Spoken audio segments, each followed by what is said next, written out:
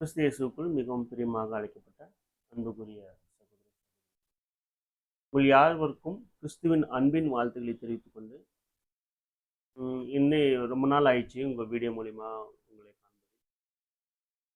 என்னன்னா, நம்ம நிறைய விஷயத்தை பற்றி நம்ம ரொம்ப கஷ்டப்பட்டு என்னென்னமோ பண்ணி இதை அடைஞ்சே ஆகணும், இந்த இலக்கை நம்ம முடிச்சே ஆகணும், அடுத்தது நம்ம இருக்கிறோம்ல, இதெல்லாம் ஒரு நாளைக்கு முடிஞ்சிடும் தானே. இந்த பிஸி எல்லாமே நாம் என்ன பண்ணணும், ஒரு நாளைக்கு க்ளோஸ் ஆகிடும். அப்போ நம்ம எதுக்காக இந்த பூமிக்கு படைக்கப்பட்டோம், என்ன நோக்கம், என்ன திட்டம் அப்படின்னு பார்க்கும்பொழுது நம்ம நித்தியத்துக்கும் வாழ்ந்துனே இருந்தால் பிரச்சனை இல்லை.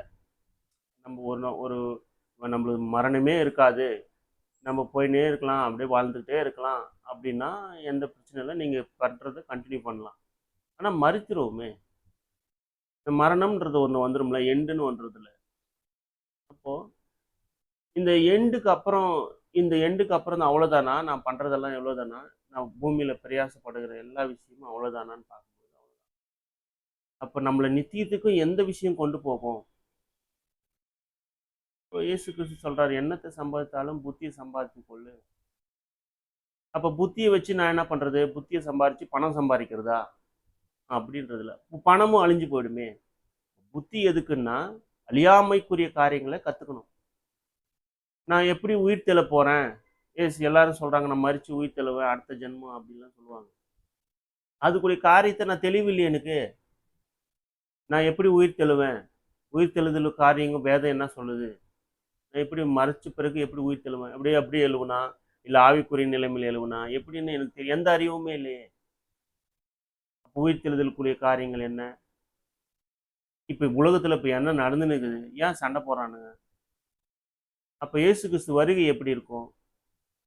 அவர் திருடன் வருகிற விதமாய் வருவன்றாரு. அவர் வந்துட்டாரா வரலையா எந்த அறிவுமே நம்மளுக்கு இல்லை. நம்ம என்ன பண்றோம், எல்லாரும் போறோம் சர்ச்சுக்கு, நாமளும் போயின்னு. இதனால சர்ச்சுக்கு போயிட்டு வர்றதுனால ஒருத்தர் கிறிஸ்தவன் ஆக முடியாது.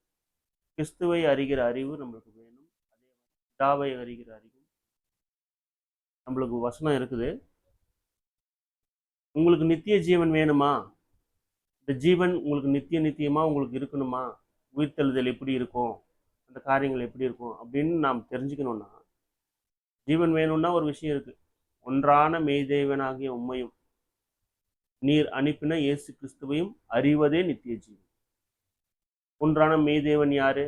பிதாவாகிய தேவன். அவர் அனுப்பின இயேசு கிறிஸ்து யாரு? அவரை பற்றி தெரிஞ்சுக்கணும். அவர் எதுக்கு மரித்தாரு, எனக்காக தான் மரித்தாரா, யூதருக்காக தான் வந்தார், எனக்கு அவருக்கு என்ன சம்பந்தம், அவர் மரித்ததுனால எனக்கு என்ன லாபம், பிதாவாகிய தேவன் யாரு, அவருடைய திட்டம் என்ன, எதற்கு அந்த பூமியை படைத்தாரு, என்ன தனித்துவமாக படைச்சிக்கிறாரு, எனக்கு சிந்திக்கிற தன்மையை கொடுத்துக்கிறாரு, மிருக ஜீவனங்கள் கொடுக்கல. எல்லா விஷயத்தையும் எல்லாருக்கும் தனித்துவமாக இருக்க பாருங்க. எல்லாருமே தனித்துவமாக இருக்கிறோம். ஒரே குழந்தையா இருந்தாலும் நம்ம கூட பிறந்த ஒரே குழந்தையா இருந்தாலும் அதுக்கு எக்ஸ்பீரியன்ஸ் வேற, உங்களுக்கு எக்ஸ்பீரியன்ஸ் வேற, முகபாவனை வேற, கைரேகெல்லாம் டிஃப்ரெண்ட்டாக இருக்கு, தனித்துவமாக இருக்கு. என்ன காரணம்? உங்கள் சிந்தை, உங்கள் இருதயம் புதிதாகிறதுனாலே நீங்கள் மறுரூபமாக்கப்படுவீர்கள் வசனம் இருக்கு. இருதயம் என்ன வேலை செய்யுது? இருதயம் பம்பு பண்ணுற வேலை, அதாவது பிளட்டை வந்து பம்ப் பண்ணி எல்லா பாகங்களுக்கும் அனுப்புது. அப்போ இங்கே சிந்திக்கிறோமா? இருதயம்ன்றது இங்கேயா? சிந்தை. இந்த சிந்தை புதிதாக நீங்க சிந்திக்கிறதுனாலே நீங்கள் மறுரூபமாக்கப்படுவீர்கள். அப்போ இயேசு கிறிஸ்து எப்படி படிக்கும் பொழுது படைப்பு நமது சாயலாகவும் நமது ரூபத்தின்படியும் படைத்தார். அப்போ சாயல்னா என்ன, ரூபம்னா என்ன, நிறைய கேள்விகள் இருக்கு. தொடர்ந்து இணைந்திருங்கள். இது வந்து இப்போதான் ஆரம்பிச்சிருக்கோம். உங்களுக்கு விரும்பினால் நீங்க எல்லாமே இயேசு கிறிஸ்து சொல்றாரு, எல்லாரையும் கட்டாயப்படுறதே கிடையாது. நீங்கள் என்னை பின்பற்ற விரும்பினால், இயேசு கிறிஸ்து சொல்கிறார், நீங்கள் என்னை பின்பற்ற விரும்பினால் சிலுவை எடுத்துக்கொண்டு வாங்க. கட்டாயப்படுத்தி யாருமே போகிறது கிடையாது. விருப்பம் இருக்கிறவங்க தொடர்ந்து இந்த காணொலியை பார்த்து தேவனுடைய திட்டங்களையும் அவர் நமக்கு செய்த எல்லா காரியங்களையும் புரிந்து கொள்வோம். தேவன் தாமே இந்த வீடியோ வாயிலாக உங்களை இந்த நல்வழிப்படுத்துதலின் வழியாக, இந்த சத்தியத்தின் வழியாக